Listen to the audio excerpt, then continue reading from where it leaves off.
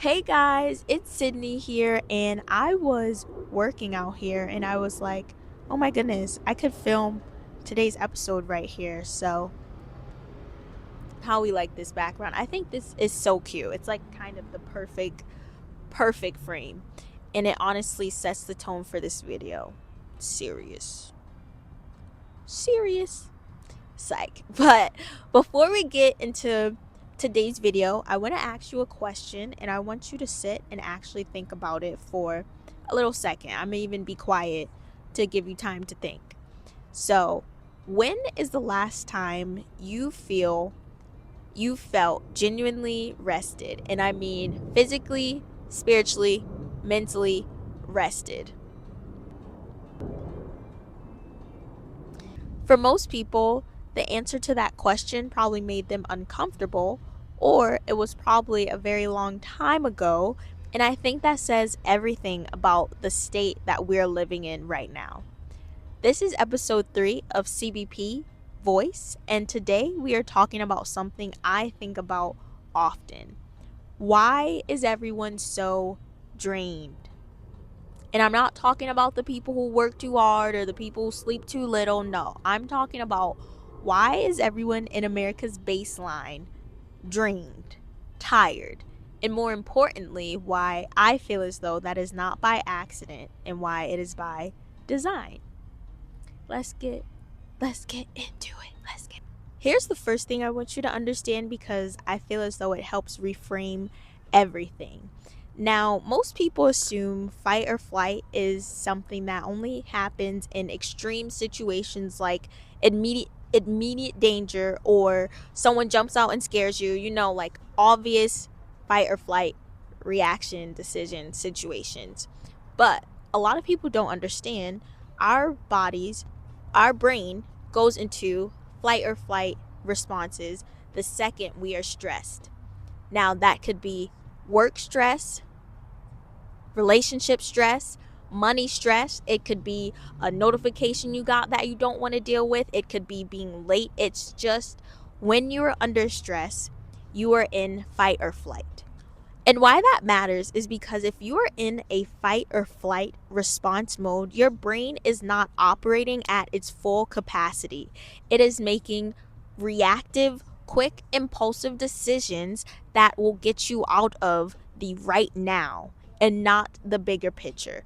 It is not helping you think long term. It is not helping you think creatively. It is helping you think, how can I get out of this discomfort I am feeling right now? And you keep making those decisions throughout the entire day. Right now, right now, right now. Impulsive, quick decisions. So when you're always stressed, and I feel as though a lot of people are always stressed, you're always in survival mode, making decisions that tend to be reactive, dependent on your mood, dependent on the day, dependent on the discomfort, again, you're experiencing in the right now. And when you're in that state, you genuinely cannot think about the bigger picture. And when you're in that state, it is hard for you to formulate your own opinions or have empathy for situations that feel far outside of your reach of your survival right now. And I want to say this clearly because I think it's important right now. A lot of people, myself included, were so expressive on why isn't anything happening right now? Why isn't anyone doing anything? Why don't people care? Why are people still going to work? What is going on? And I had to understand that is not from a lack of empathy. That is from that is a direct product of humans who are burnt out. It's hard to build community, build creative alternatives, come together, protest, organize when you are burnt out just trying to survive the next day. And if that feeling resonates with you, that is not a fault to your own or a personal failing. That is a system that is working by design. Now, here's the part I think people need to hear, even if it makes you uncomfortable. This system that we're living in was not designed for us to thrive. It was designed for us to produce. Think about it. We wake up before the sun is up. You rush through your mornings. You go to work to use your energy on someone else's dream. You then get home when the sun is going down or down already, and you're expected to now show up for anyone else in your life or other commitments you have, whether that be family, whether that be sports, whomever. And after all of that, you are then still expected to find time to fulfill your own dreams, chase what you want to do in this world, be who you want, find love, be present, a full human being. And it's like, no wonder everyone is running on empty. The second we are born, the indoctrination begins. You go to elementary school, middle, high school, sitting under fluorescent lights, learning information we are told we need. You then go to college and accumulate information that you've already learned, but now with this information, this will help you get a job that everyone says you need a degree for, but this job is just helping you pay off the debt that you accumulated from the information needed for the job. What? And the thing is, oftentimes in life, when you have a non-traditional route of someone who expressive more creative outlets, or just a feeling of not wanting to continue in school or not wanting to go on the path set for us, they are looked down upon, it is dismissed, it is dismantled, it is made fun of, it is, discredited, it is not encouraged. And it's like we fall for the setup because they need people working to produce, not sitting asking questions. And I want to say this clear. I'm not saying this to make anyone angry. I'm saying this to bring change, because you oftentimes can't even change something you're not aware of. And you could say, where can I start? Where does it start? For me, I started with my mornings and it trickled into my entire life. I realized in Miami, when I again had my full day, that I, from a young age, had my mornings taken away from me. And from a young age, having our mornings taken away from us, because again, like I explained, we're in schools and such, I never built a habit of waking up and deciding what I want to do for today. It was always a what I had to do for today. Therefore, now, anyone who knows me, they will say I have the slowest, longest morning routine you've probably ever encountered, because it is unrushed and it is very present. I wake up, I don't check my phone, I oil pull, I meditate, I ground barefoot, I make my tea, I do yoga, I stretch, I journal. And sometimes that could take 4 hours. And you might be like, girl, what, extreme.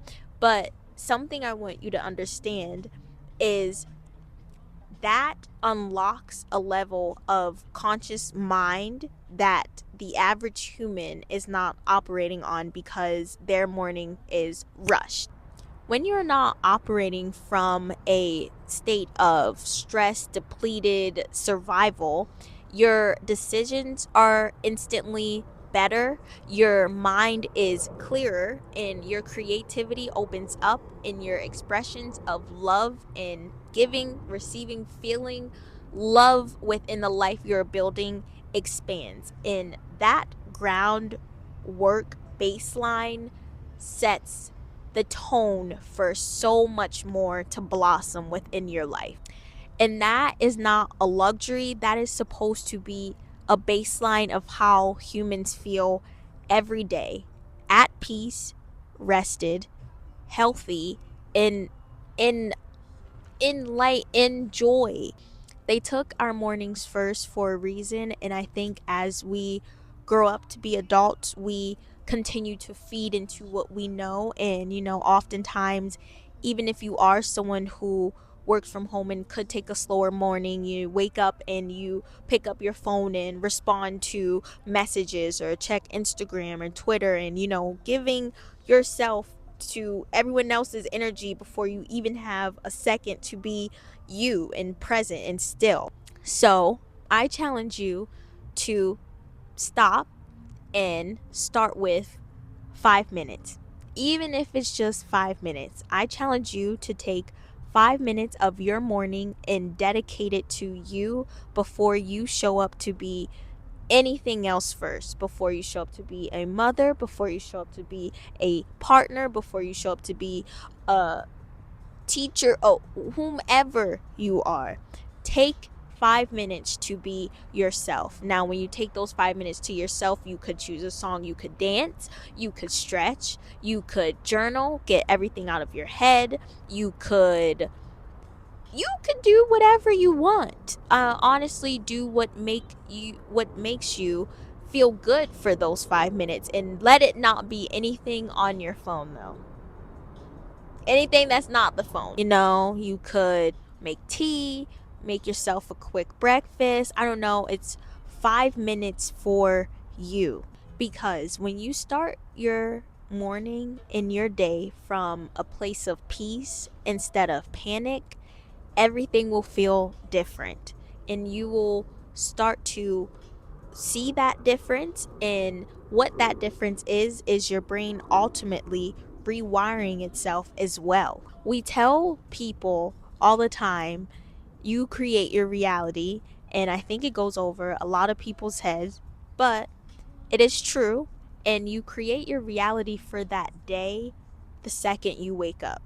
Now, you could choose to wake up in the quick rush panic and let that energy carry on through the day, or you could wake up a bit 5 minutes earlier, you know, go to sleep 10 minutes earlier, and give yourself time to develop peace in a day. We often say we want peace, we want this, we want health, we want joy, we want this, and our actions contradict. So if you want a peaceful life, if you want to start changing, if you want a new baseline, want it, create it. The system wasn't designed to support our peace, so we have to create it intentionally, consistently, and show up for it every day because you want to. You understand? And this is why Chaos Before Peace exists, because I'm not here to tell you a morning routine. I'm not here to sell you a product that will enhance your morning routine. I'm not here to tell you, hustle harder and manifest stronger for a car, the dream life you want. None of that. Chaos Before Peace exists because the chaos most of us are living in isn't our fault, and the peace most of us are searching for isn't that far away. But you cannot get there while you are running on empty or making decisions from a survival mode state of being every day. You cannot get there when you wake up and give yourself to everyone else before you are you.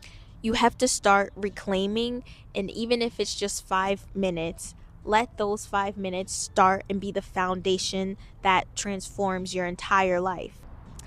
And that is what I want to do and have been doing on this podcast, taking you through the layers of that reclamation, because it's not just our mornings. It's the labels we've been given before we were old enough to even understand, is the relationships we have with food, with movement, with our bodies, and with faith, with love, all of it. I want to get into all of it, and that is what we're doing every 2 weeks here. I want you to understand that is not who you are, and that is just your soul in a system that is designed not to see it thrive, but to see it produce. You were designed to do so much more than survive, and that is what we're here to remember. So here's what I want you to take away from today. Again, the world was not designed to support your peace, so you must create it intentionally, consistently, every day. Start with small things. Start with 5 minutes tomorrow morning. Give yourself 5 minutes to dance, breathe, journal, let it out, anything. Give yourself 5 minutes to just be before you are anything else. And if you want to go deeper into any of this, the philosophies, the science, the practices, this is what we're doing here at Chaos Before Peace every 2 weeks, right here on YouTube and Spotify podcasts. Next episode, we're getting into one that I think is going to hit a lot of people, and that is the topic of joy, and more specifically, why we wait for people in our lives to provide that joy for us instead of getting after it ourselves.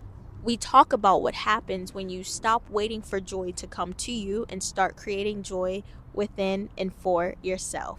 But until now, you have your 5 minutes tomorrow morning, or hey, look, I told you mine is 4, 2, 3, 1. Look, take your morning tomorrow and every day after that, because this is your life and only you can live it. Start taking it back.